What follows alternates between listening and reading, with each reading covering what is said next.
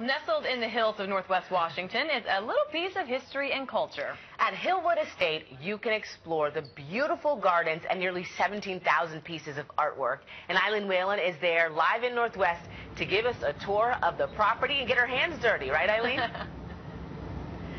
That's right. I mean, what better place to be to learn how to perfect our gardens? And I'm joined by Jessica Bonilla, who's back with us again, the head gardener here at Hillwood Estate Museum and Gardens. And we've got a lovely display, and you're going to tell us a little bit about how to make our gardens at home look just as nice. Absolutely. So now is really good time to kind of review your planting that you did earlier in the summer. So here you can see, this is a begonia and a caladium mix container that we have done. So this is a good time to do any kind of deadheading, just sprucing up. But you may find that you need to do some replacements. And it gets kind of tough at this time of year. Some of the garden centers are cutting back on their summer flowers that they have. So there's really some different things you can do. You may want to think of adding woody shrubs to your planters, and this can take you all the way into winter, especially if it's the container is in a kind of a contained protected area. So here we have a spruce and a boxwood, and then we have just a little bit of color summer annuals then to add as well. These are New Guinea impatiens here that we've had.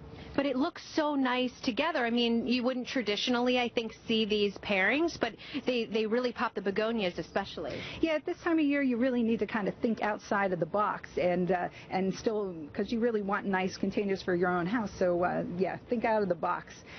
Here then as well, one thing you can think about is adding, this is a Pennisetum rubrum, this is a grass, and you can start thinking about adding things towards fall. You'll see a lot of these are in bloom, they have the wonderful blooms.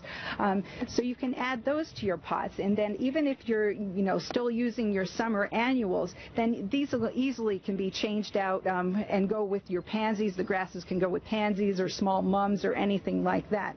So you can really get a lot of bang for your buck and take it all the way into the frost in October and stuff like that. So. Okay. And so you mentioned earlier just making sure that you have, a pot that has enough drainage. Yes, definitely. Since we've had so much rain, you want to make sure you have nice drainage holes in your pots, and then we use potting soil, a well-draining potting soil as well, so it's not holding water.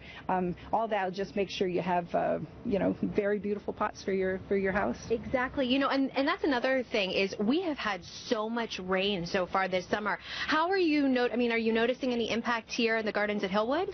Yes, we are. It's been a long haul. Every other day when you get rain, every other day it becomes difficult. But we have started to see diseases pop up. So fungicides, unfortunately, are warranted for some, and others, we just have to say that that's the kind of year it is. So. Exactly. Well, I'm sure a lot of people at home that are dealing with the same thing may feel a little bit better knowing that you guys are dealing with it as well. But Jessica, thank you so much for teaching us and really just making Hillwood Gardens just so spectacular. And it's open to the public. You can find more information on their website, but definitely a true treasure here in our own backyard. Back inside to you guys.